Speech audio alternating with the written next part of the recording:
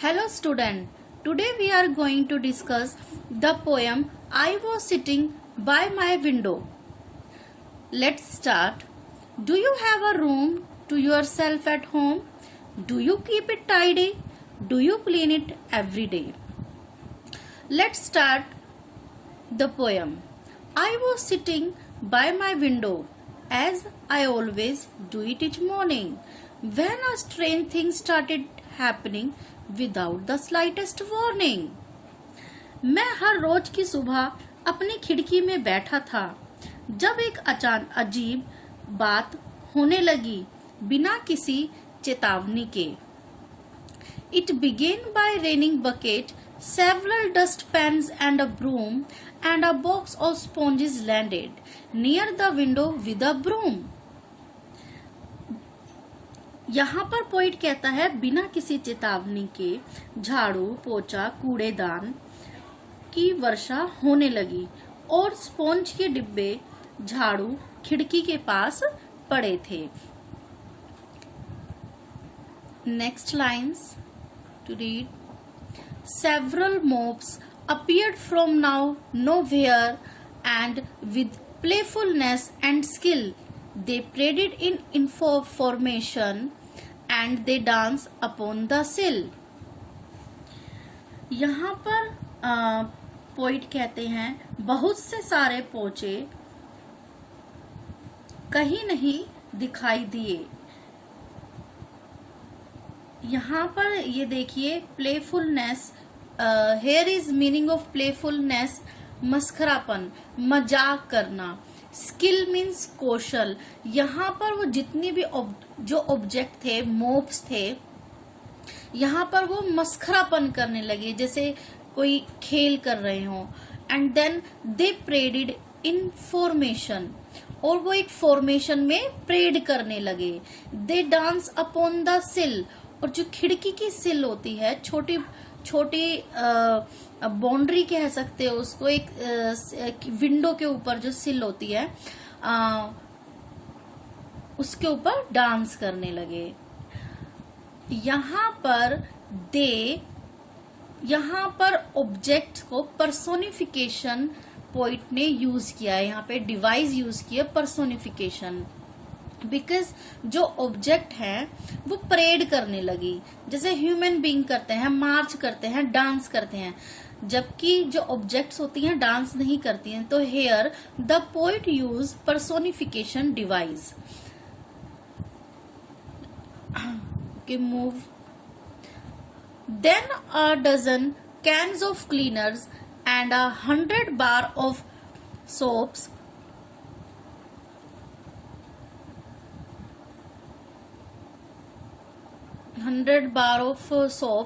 spun in circle around my bedroom like a spiral gyroscopes.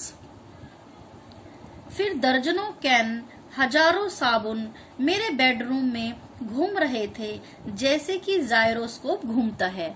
Gyroscope जैसे एक लट्टू होता है और बेब्लेड आपने देखे हैं, इस तरीके से एक spiral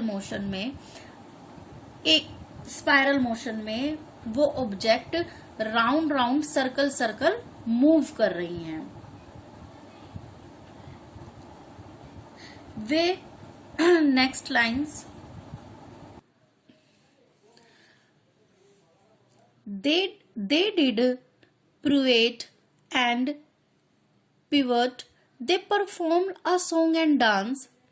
Then they finished with a combination wiggle, waltz and prance. यहाँ पर देखिए स्टूडेंट्स सिमिलर जैसा कि लास्ट लाइन्स में पोइट ने पर्सोनिफिकेशन, मैंने आपको बताया पर्सोनिफिकेशन किया है यहाँ पर पोइट ने. अब जो ऑब्जेक्ट्स हैं जो मूव कर रही हैं चारों तरफ, यहाँ पर पोइट कहता है कि यहाँ पर पोइट बोलता है कि वे घिरनी की तरह एक ही केंद्र बिंदु में घूम रहे हैं. वे नाच और गा रहे थे और फिर उन्होंने उछल कूद करते हुए अपनी परफॉर्मेंस खत्म की. इट मीन्स जो ऑब्जेक्ट थी वो डांस कर रही थी। यहाँ पर vaults a kind of dance, जैसे बैले एक काइंड ऑफ डांस होता है, ऐसे ही वो डांस कर रही थी। और जब परफॉर्मेंस खत्म होने के बाद जिस तरीके से जो डांसर्स होते हैं, जैसे स्टेज पर आते समय वो वेलकम करते हैं, और जब वो जाते हैं तो ऑब्वियसली सर झुकाकर एक कदम आगे बढ़ाते हुए और सर को नीचे झुकाते हुए, तो थोड़ा उछल कूद करते हुए एक्टिवली वो इस तरीके से वहां अपना जो परफॉर्मेंस है वो खत्म कर दिया। It means now object stop the dancing, and जो परेड कर रहे थे, डांस कर रहे थे, अब उन्होंने वो सब बंद कर दिया है। Then they just as quickly vanished, turn cart wheels, cross the floor, they went bounding out the window and they tumbled out the door. यहाँ पर जो ऑब्जेक्ट हैं they quickly vanished, it means एकदम से अब जो डांस कर रही थी, परफॉर्मेंस हो रहा था, वो सब खत्म हो गया है। एंड टर्निंग कार्ट व्हील, और वो सब जिस तरीके एक इकट्ठा हो गई हैं और एक पहिए की तरह बनकर फ्लोर को क्रॉस करते हुए विंडो से बाहर चली गई हैं और they tumbled out. Tumbled here means लुढ़क के जाना, और वो सब लुढ़कते हुए दरवाजे से बाहर चली गई हैं। I have no idea what happened, so I guess I will just assume this is someone's way of telling me that I should clean my room. यहाँ पर ये पोएम कुछ पजल क्रिएट करती है।